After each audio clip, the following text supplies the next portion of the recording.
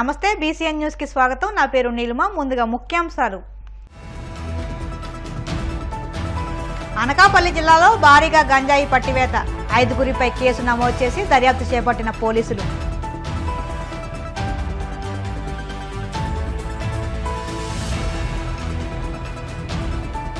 జంగారెడ్డిగూడెంలోని రాజరాజేశ్వరి దేవికి ఆషాఢ మాసం సారె అందజేత, విశేష సంఖ్యలో హాజరైన భక్తులు.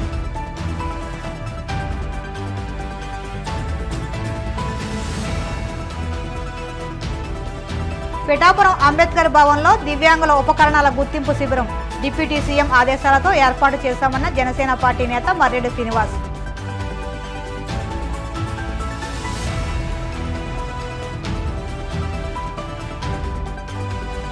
పిఠాపురంలో ఎంఆర్పీఎస్ నాయకుల సంబరాలు, సుప్రీంకోర్టు ఆదేశాలపై సర్వత్రా హర్షం. అనకాపల్లి జిల్లా చీడికాడ రావికమతం పరిధిలో పోలీసులు 246 కేజీల గంజాయిని పట్టుకున్నారు. జిల్లా పోలీస్ కార్యాలయంలో ఎస్పీ దీపికా పటేల్ మీడియాతో మాట్లాడుతూ ఈ కేసులో 5గురిని అదుపులో తీసుకున్నట్టు తెలిపారు. చీడికాడ రావికమతం పోలీస్ స్టేషన్ పరిధిలో 2 వేర్వేరు కేసుల్లో పట్టుకున్న 246 కేజీల గంజాయి విలువ 12,30,000 రూపాయలు ఉంటుందని తెలిపారు. గంజాయిని స్వాధీనం చేసుకుని 5గురు నిందితులను అరెస్టు చేసి రిమాండ్కు తరలించినట్టు తెలిపారు.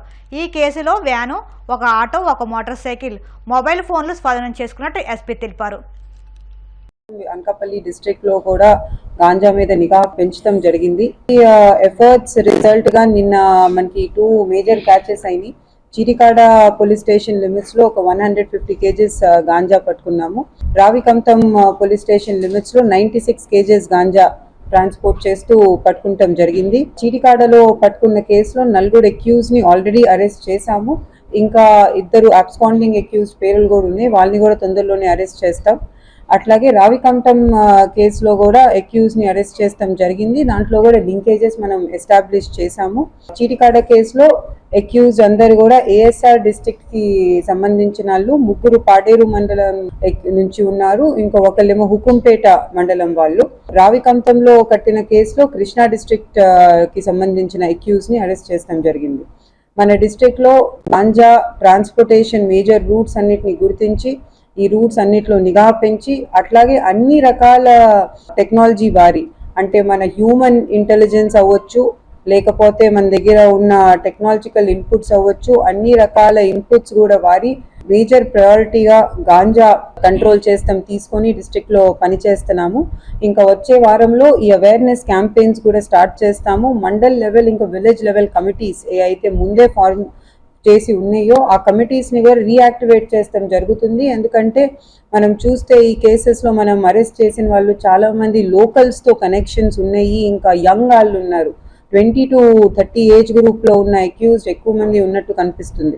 సో ఇలాంటి అక్యూజ్ ని ఇలాంటి పనుల్లోకి వెళ్ళకూడదు అని వాళ్ళు ఒక అవగాహన కలిగిస్తానికి మన village level, mandal level committees ద్వారా కూడా మన డిస్ట్రిక్ట్ లో ఇంకా చర్యలు. కానీ మీరు చెప్పింది కూడా వాస్తవమే. 100% కేసెస్ లో అయితే శిక్ష పడట్లేదు.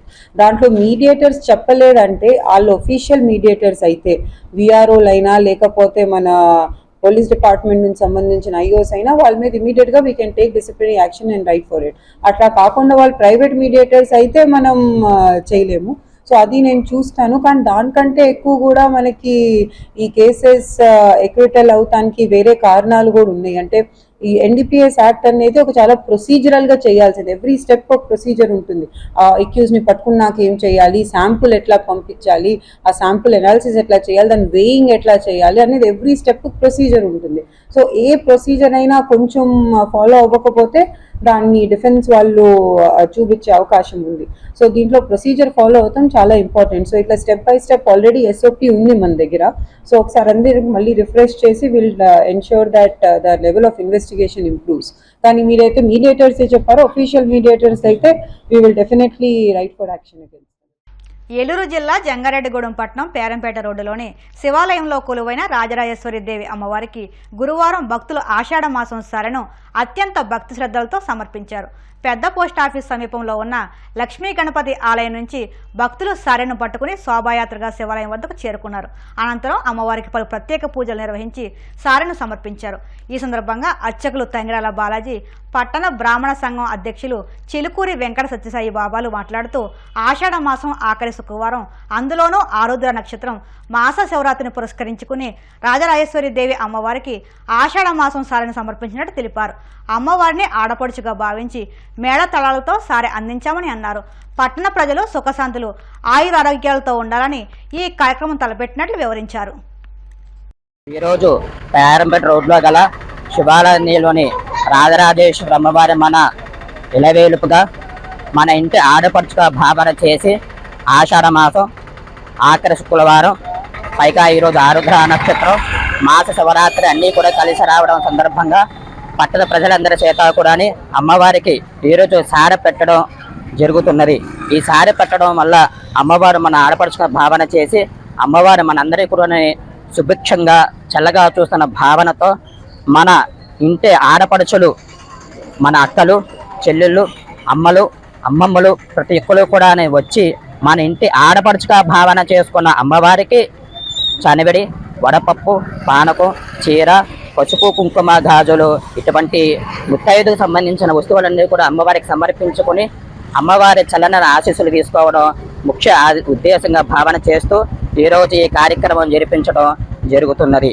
ఈరోజు పేరంపేట రోడ్డులోని వినాయకుడి గుడి దగ్గర ప్రారంభమయ్యి పట్టణ ప్రజలందరి సమక్షంలోని బాజా భజంత్రులతోని మేళతాళాలతో కూడా అమ్మవారి యొక్క సారె ఊరేగింపుగాని రాజరాజేశ్వరి శివాలయం చేరుకుని ఆ యొక్క అమ్మవారికి కుంకుమార్చన, ఈ సారె సమర్పణ, వీరాజ మంత్రపుష్పాలు సమర్పించుకొని అలాగే వచ్చిన ప్రతి ప్రజలందరికీ కూడా భక్తులందరికీ కూడా భోజన కార్యక్రమాలు ఏర్పాట్లు అన్ని కూడా కమిటీ వాళ్ళు జరిపించడం జరిగినది. ఈ రోజు చాలా సుదినం.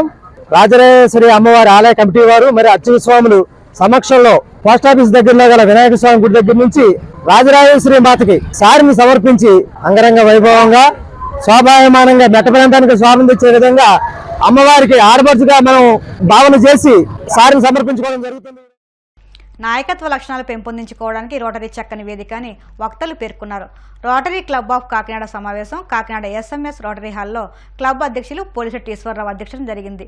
ఆగస్టు నెల మెంబర్షిప్ స్వీకరణ, సభ్యత్వం విస్తరణ మహోత్సవాలను లాంఛనంగా ప్రారంభించారు. ఈ సందర్భంగా క్లబ్ సభ్యులను ఉద్దేశించి క్లబ్ అధ్యక్షులు Polisetti Eswararao, club membership chairman Namana Ramesh, zone chairman Ahmed ప్రసంగించారు. కొత్తగా చేరిన సభ్యులకు Rotary district governor elect doctor Y Kalyan Chakravarthy చేతుల మీదుగా సభ్యత్వ పిన్నులను బహుకరించారు. ఈ సమావేశంలో క్లబ్ కార్యదర్శి తడాల సత్యనారాయణ బుజ్జి, రోటరీ ప్రముఖులు సీతాపతిరావు, పివి రమణ, బాదం జయరాం, గోపు కాశీ విశ్వనాథ్, అరికెల వెంకటేశ్వరరావు బాబి, చోడవరపు మూర్తి, ముమ్ముడి వీర వెంకట సత్యనారాయణ తదితరులు పాల్గొన్నారు.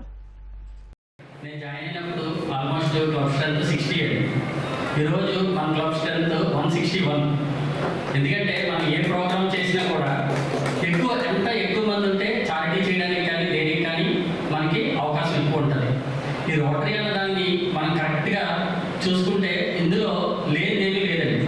ఎందుకంటే మనం మన 7 areas ఆఫ్ ఫోకస్ చూసుకుంటే కంప్లీట్ మన సొసైటీలో ఉన్న అన్ని ప్రాబ్లమ్స్ కూడా అందులో కవర్ అయి ఉంటుందండి.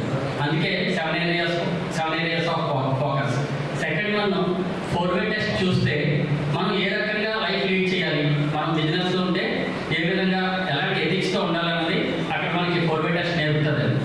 ఈ రకంగా నేను ఆల్మోస్ట్ 40+ మెంబర్స్ని మన క్లబ్కి ఇంట్రడ్యూస్ చేస్తానని గర్వంగా చెప్పుకోగలుగుతున్నాను ఈరోజు.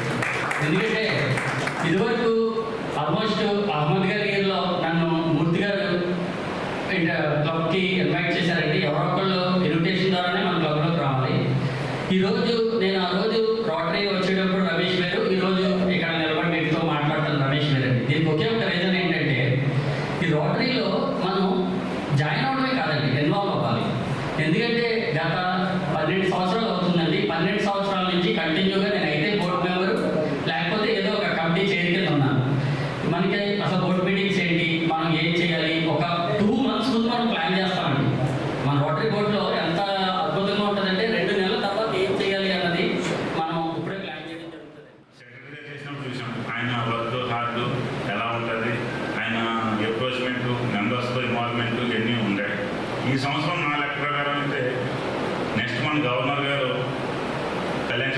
పెంచడానికి 200 చేయాలని నేను అనుకుంటున్నాను.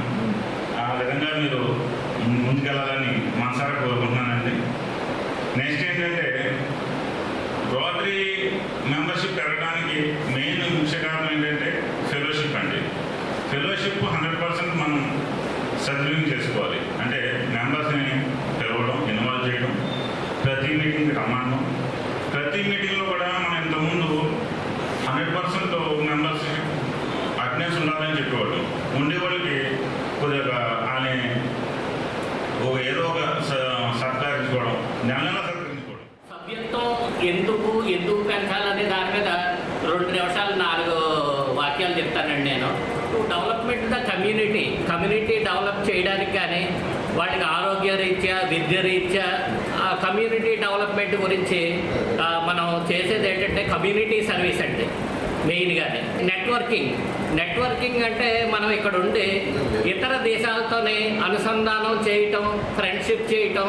సో మనం ఏమన్నా గ్లోబల్ గ్రాంట్ ప్రోగ్రామ్ కానీ చేస్తే కనుక వాళ్ళతో అనుసంధానం అయ్యి ఆ ప్రోగ్రామ్ని ముందుకు తీసుకెళ్ళటం నెట్వర్కింగ్. అట్లాగే లీడర్షిప్ డెవలప్మెంట్, మనకి ఇక్కడ క్లబ్లోని రకరకాల నాయకత్వం గురించి మనకి నేర్పిస్తారండి. సో రకరకాల రూల్స్ మనకి చెప్తారు.